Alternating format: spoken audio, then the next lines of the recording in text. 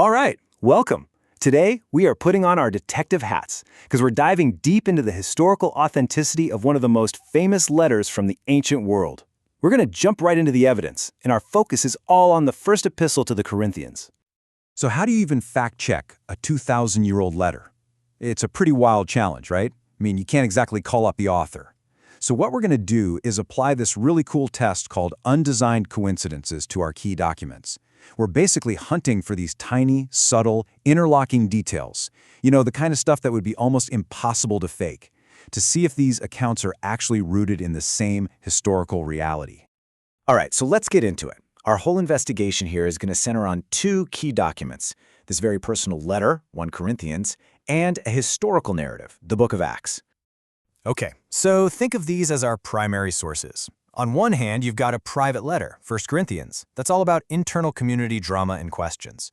On the other, you have the book of Acts, which is much more of a public-facing history of this new movement. Now here's the kicker. They were written by different people, for totally different audiences, and for completely different reasons. So, if these two documents are both based on real events, we should be able to find these subtle interlocking connections between them. And I'm not talking about the big, obvious stuff a forger would throw in. I mean those tricky little details that only click into place when you lay the two documents side by side. Let's go find some. All right, clue number 1. This one's pretty straightforward, and it involves two major players in the Corinthian church, the Apostle Paul and another teacher named Apollos. It really all boils down to a simple question. Who got there first? So check this out. What's so cool here is how casual Paul's comment is. In his letter, he uses this little farming metaphor, right? He says, I planted, Apollos watered. Now that implies a really clear sequence of events. Paul was there first, he did the planting, and then Apollos came along later to do the watering. So then you go and check the history book, the book of Acts, and what do you find? The exact same timeline. Paul establishes the church, he leaves, and then Apollos arrives. It's just a perfect, natural fit. So, that first one was a nice, easy warm-up. A simple, direct connection. But the next clues? Oh, they're a lot more subtle. They're buried a bit deeper, and they're going to require some actual detective work from us to dig them up. Okay, on to clue number 2. And this one is interesting because it's all about Paul's day job. And honestly, at first glance, it looks like a straight-up contradiction between our two sources. So get this. Paul is writing his letter from the city of Ephesus. And in the letter, he makes it super clear that right at that moment, he's working with his own hands, doing manual labor, probably tent making, just to pay the bills. That's a very specific detail about what he's doing at that exact time. But here's where the mystery starts. The book of Acts gives a pretty detailed account of Paul's time in Ephesus, and he was there for a while. A lot happened. But in that entire story, not a single mention of him working with his hands there. It says he did that in other cities, like Corinth, but when it comes to Ephesus, nothing. Just silence. So what's going on? Did the author of Acts just forget this detail? Or is the letter wrong? Or could this be another one of those cases where the puzzle pieces are all there, just scattered about, and we just have to find the one that makes it all click together? And then, boom, there it is. Way later in the book of Acts, Paul is giving a farewell speech to the very people from Ephesus. And what does he say? He says, "These hands have ministered unto my necessities." He confirms it himself. The detail wasn't missing at all. It was just tucked away in a totally different context. Not in the main story, but in a direct quote from a speech. It's another one of these perfect indirect connections that you just can't make up. Okay, now this next one, this one is my absolute favorite. It is a genuine puzzle. See, inside the letter to the Corinthians, Paul says a couple of things about his apprentice, Timothy, that on the surface seem totally confusing, maybe even contradictory. Just look at this. In chapter 4, Paul says clear as day, I have sent unto you Timotheus. Past tense. It's a done deal, right? Timothy's on his way. But then you get to chapter 16 and Paul writes, now if Timothy is come, if he comes, wait a second. Why the sudden uncertainty? If you've already sent the guy, why would you be talking about if he shows up? It doesn't make sense.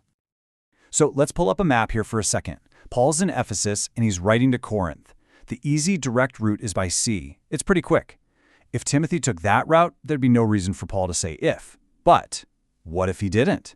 What if he took a much longer, roundabout journey, say overland through the region of Macedonia first? Well, that would add a whole lot of time and a whole lot of uncertainty to his trip. And this is the aha moment. This is where the whole case cracks wide open.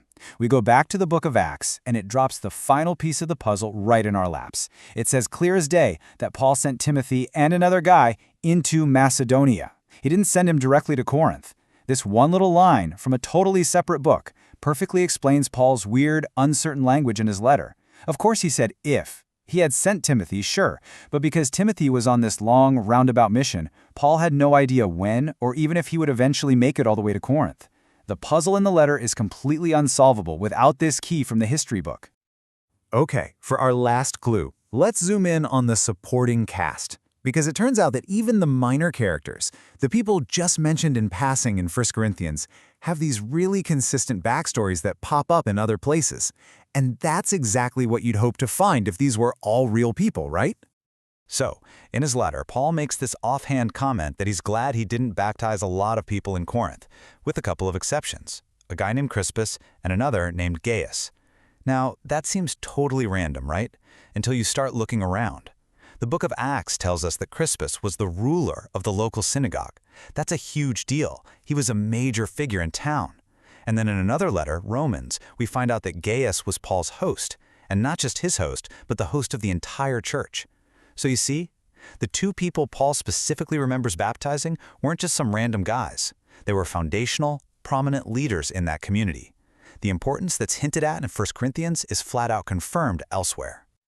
So when you take a step back and look at all this, what does it add up to? Well, what we have are these incredibly subtle, interlocking, and sometimes really complex clues that tie our two independent sources together. And these just aren't the kind of connections that you invent. You know, the guy who basically invented this whole method of investigation, William Paley, he put it perfectly. He argued that it's the very indirectness and subtlety of these connections that gives them their power. Because think about it. Anyone trying to fake a letter could easily invent some big, obvious agreements. That's the easy part. But to create these kinds of intricate puzzles, that's a whole other ballgame. I mean, just think about the Timothy example. A forger would have to intentionally write a confusing statement about his journey in one book, and then cleverly hide the one single sentence that perfectly explains it all in a completely different book, buried in a totally unrelated context. It's almost too clever. This is the kind of subtle consistency that reality produces by accident, not something a forger would ever think to create on purpose. So, the question we have to leave on the table is this. If these stories weren't actually rooted in the real travels and real experiences of real people, then how on earth could a forger create a series of intricate puzzles in one document while scattering the only keys that could possibly solve them throughout a totally separate work? It's a heck of a question, and it's definitely something worth thinking about.